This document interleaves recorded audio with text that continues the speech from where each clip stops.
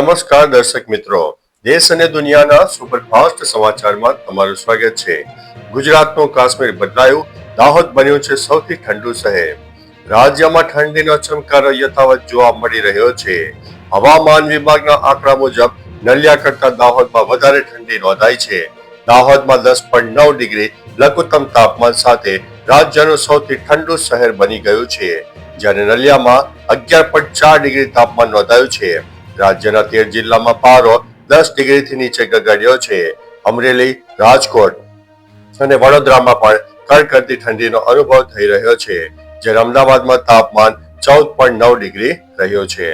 અન્ય મહત્વના સમાચારની વાત કરીએ તો લાજપોર જેલમાં દુષ્કર્મના કેદીનું મોત। સુરતની લાજપોર જેલમાં દુષ્કર્મના ગુનામાં સજા કાપી રહેલા કેદી સદ્દામ હુસેન ઉર્ફે ઇરફાન અજીજાનું રહસ્યમય સંજોગોમાં મોત નીપજ્યું છે। આ કેદીને નવસારીમાં બનેલા દુષ્કર્મના ગુનામાં આજીવન કેદની સજા પણ થઈ છે। જેલમાં તેને અચાનક ખભાના ભાગે દુખાવો ઉપડ્યો અને તે બેભાન થઈ ગયો હતો। તેને તાત્કાલિક સારવાર માટે સિવિલ હોસ્પિટલમાં ખસેડવામાં આવી રહ્યો છે, પરંતુ હોસ્પિટલ પહોંચે તે પહેલા જ તેનું મોત થયું છે। અન્ય મહત્વના સમાચારની વાત કરીએ તો લ્યો બોલો, રાજકોટમાં પોલીસ સુરક્ષિત નથી, સંતાઈ ગયા। રાજકોટના પ્રદ્યુમનનગરમાં પોલીસ સ્ટેશનમાં બનેલી એક ઘટનાએ પોલીસને સુરક્ષા સામે ગંભીર સવાલો ઉભા કર્યા છે। પૂછપરછ માટે આવેલા આરોપી સાદામ અને તેના પિતાએ પોલીસ સ્ટેશનમાં એટલી હદે આતંક મચાવ્યો કે પોલીસ કર્મીએ સ્વ બચાવ માટે ઇન્વેસ્ટિગેશન રૂમમાં સંતાઈ જવું પડ્યું છે। આરોપી સાદાને મને પોલીસની બીક નથી તેમ કહીને ઉદ્યમ મચાવ્યો હતો અને દિવાલ સાથે માથું પછાડ્યું હતું। અન્ય મહત્વના સમાચારની વાત કરીએ તો તળાજા અલંગમાં ડિમોલેશનનો ભારે વિવાદ। ભાવનગરના તળાજામાં ડિમોલેશનનો વિરોધ કરવા હજારોની સંખ્યામાં લોકો ઉમટી પડ્યા। લોકો ટેમ્પો જેવા વાહનોમાં બેસીને મામલતદાર કચેરી પહોંચ્યા। તળાજા મામલતદાર કચેરી ખાતે લોકોના ટોળે ટોળા ભેગા થયા હતા। 3000 કરતા વધુની સંખ્યામાં લોકો અહીં ઉમટી પડ્યા હતા। ખાસ કે તંત્ર 17 ડિસેમ્બરે ડિમોલેશનની કામગીરી કરે તે પહેલા લોકોએ ભારે વિરોધ કર્યો છે। અન્ય મહત્વના સમાચારની વાત કરીએ તો આણંદની ઈરમા કોલેજમાં 15 થી વધુ વિદ્યાર્થીઓને ફૂડ પોઈઝનિંગની અસર જોવા મળી। આણંદ સ્થિત પ્રતિષ્ઠિત સંસ્થા ઈરમામાં ફાઉન્ડેશન ડેની ઉજવણી દરમિયાન એક ચિંતાજનક ઘટના બની, જેમાં 15 થી વધુ વિદ્યાર્થીઓને ફૂડ પોઈઝનિંગની અસર પણ થઈ હતી। અસરગ્રસ્ત વિદ્યાર્થીઓને તાત્કાલિક સારવાર માટે ઝાયડસ અને કરમસદ મેડિકલમાં ખસેડવામાં આવ્યા હતા। પ્રાથમિક માહિતી મુજબ તમામ વિદ્યાર્થીઓની હાલત સ્થિર છે। અન્ય મહત્વના સમાચારની વાત કરીએ તો ગોપાલ ઇટાલિયાએ રાજનેતાઓની સંપત્તિ પર ઉઠાવ્યા સવાલ। આપ નેતા ગોપાલ ઇટાલિયાએ રાજનીતિમાં પ્રવર્તતા ભ્રષ્ટાચાર ઉપર આકરા પ્રહારો કરતા કહ્યું છે કે રાજકારણમાં આવ્યા બાદ નેતાઓ ભ્રષ્ટાચાર કરીને અઢળક સંપત્તિ એકઠી કરી લેતા હોય છે।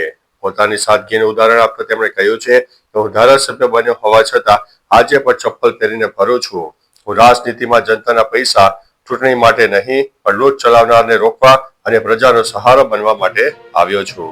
અન્ય મહત્વના સમાચારની વાત કરીએ તો કિંજલ દવેના સમર્થનમાં કાજલ હિન્દુસ્તાની જોવા મળ્યા। કિંજલ દવેના પરિવારને બ્રહ્મ સમાજ દ્વારા બહિષ્કારનો નિર્ણય લઈને હવે કાજલ હિન્દુસ્તાની તેના સમર્થનમાં ખુલીને આવ્યા છે। કાજલ હિન્દુસ્તાનીએ હિન્દુઓમાં પ્રવર્તતા જાતિવાદ સામે નારાજગી વ્યક્ત કરી છે। તેમણે સમાજના કેટલાક લોકોને ઠેકેદાર ગણાવીને સવાલ કર્યો હતો કે એક તરફ આપણા દેશમાંથી જાતિવાદ દૂર કરવા અને હિન્દુ એકતા માટે મહેનત કરીએ છીએ, ત્યારે આવા નિર્ણયો અયોગ્ય છે। અન્ય મહત્વના સમાચારની વાત કરીએ તો બહિષ્કાર બાદ કિંજલ દવેનું મોટું નિવેદન સામે આવ્યું છે। કિંજલ દવેના પરિવારનો સમાજે સામાજિક બહિષ્કાર જાહેર કર્યો। આ નિર્ણય સામે તેણીએ ઇન્સ્ટા પર વિડીયો શેર કરીને આક્રોશ વ્યક્ત કર્યો છે। તેણે કહ્યું છે કે જ્યારે વાત પિતાના સ્વમાન પર આવે ત્યારે ચૂપ રહેવું શક્ય નથી।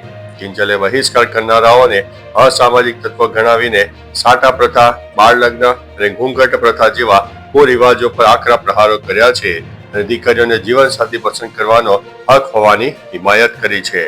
અન્ય મહત્વના સમાચારની વાત કરીએ તો જૂનાગઢમાં ધાર્મિક સંસ્થા દ્વારા cyber fraud. Junagadh range cyber ક્રાઇમે સમન્વય પોર્ટલની માહિતીના આધારે એક મોટો સાયબર ફ્રોડ રેકેટનો પર્દાફાશ કરીને 8 શખ્સોની ધરપકડ કરી છે। આ કૌભાંડમાં માસ્ટર માઇન્ડ કેરાળા ગામમાં ગૌશાળા ચલાવતો અને ધાર્મિક પ્રવૃત્તિ સાથે જોડાયેલો કલ્યાણગીરી છે।